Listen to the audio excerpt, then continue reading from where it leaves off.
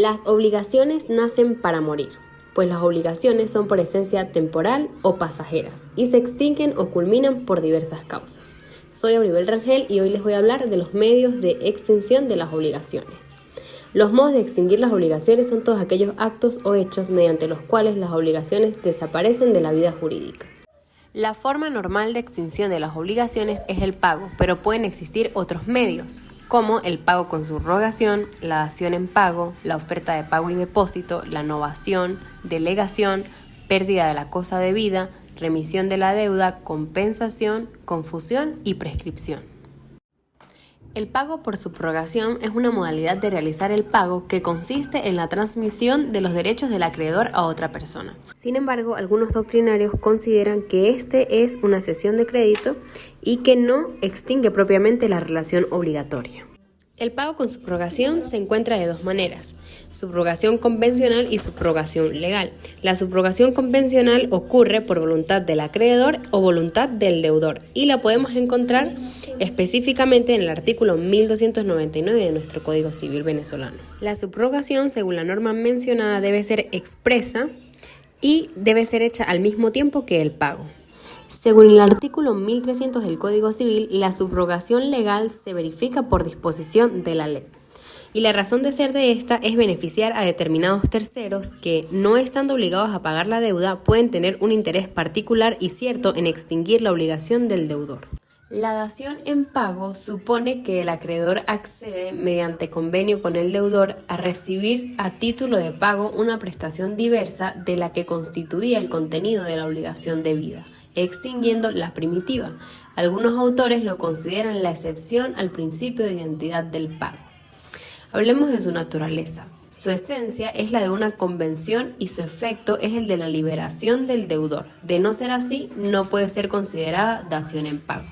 Entre sus elementos tenemos dos. El primero, la presentación dada con la intención de pagar una obligación, y el segundo, la prestación dada debe ser diferente a la prestación debida. La oferta de pago y depósito la encontramos en el artículo 1306 del Código Civil. Cuando el acreedor rehúsa recibir el pago, puede el deudor obtener su liberación por medio del ofrecimiento real y del depósito subsiguiente de la cosa debida. Los intereses dejan de correr desde el día del depósito legalmente efectuado y la cosa depositada queda a riesgo y peligro del acreedor. La novación constituye un modo voluntario de extinción de las obligaciones mediante el cual una obligación se extingue suplantándose por una obligación nueva. De allí que algunos la definen como la transformación de una obligación en otra. Y de esta tenemos dos clases: la novación objetiva, que ocurre cuando el deudor contrae para con su acreedor nueva obligación en sustitución de la anterior, la cual queda extinguida, y la novación subjetiva. Esta ocurre de dos maneras: novación subjetiva por cambio de deudor y novación subjetiva por cambio de acreedor, y la encontramos en el artículo 1314.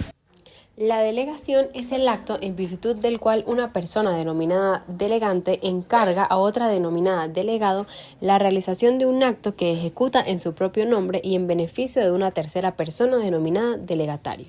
Tenemos tres clases: la delegación activa, la pasiva y la perfecta o novataria. La doctrina distingue estas dos categorías primeras desde el punto de vista de la cualidad de acreedor o de deudor del delegante. Tenemos la delegación activa, cuando el delegante es el acreedor, y la delegación pasiva, cuando el delegante es el deudor. Se entiende por pérdida de la cosa debida en una obligación el hecho de que la cosa determinada que constituye la prestación debida perezca, quede fuera de comercio o se pierda con posterioridad al nacimiento de la obligación y sin culpa alguna del deudor. Esta está contenida entre los artículos 1344 y 1345 del Código Civil. Remisión de la deuda. Es el acto por el cual el acreedor renuncia gratuitamente al derecho de crédito que tiene contra el deudor. También es denominada condonación, perdón o quita. Su fundamento legal está en el artículo 1326 del Código Civil y hay distintas clases: remisión total, parcial, expresa, tácita y gratuita u onerosa. La compensación es la extinción que opera entre las deudas de dos personas recíprocamente deudores cuando dichas deudas son homogéneas, líquidas y exigibles. Hay tres clases: legal, convencional y judicial. La legal es aquella que opera de pleno derecho desde el momento en que existen ambas simultáneamente, que se extinguen por las cantidades concurrentes.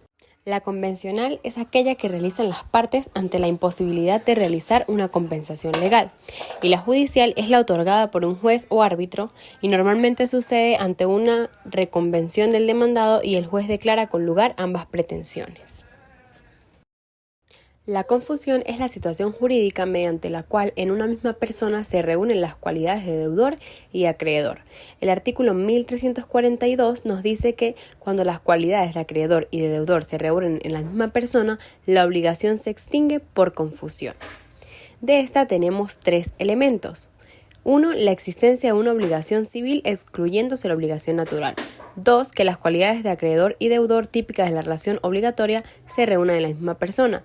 Y 3. Que ocurra entre el acreedor y el deudor principal. Ello explica que no extinga la obligación principal la confusión que se efectúa entre acreedores y fiadores. La prescripción es la adquisición o extinción de un derecho por el transcurso del tiempo. Su fundamento legal está en el artículo 1952, que establece que la prescripción es un medio de adquirir un derecho o de libertarse de una obligación por el tiempo y bajo las demás condiciones determinadas por la ley. Esta tiene 4 características: el plazo, el cual se debe cumplir el periodo de inactividad del titular original para que se pueda adquirir la propiedad o extinguir la obligación, la inactividad durante el periodo establecido, la buena fe, que significa que la persona que adquiere la propiedad o extingue la obligación debe haber actuado de buena fe, y la titularidad, que solo afecta al titular original.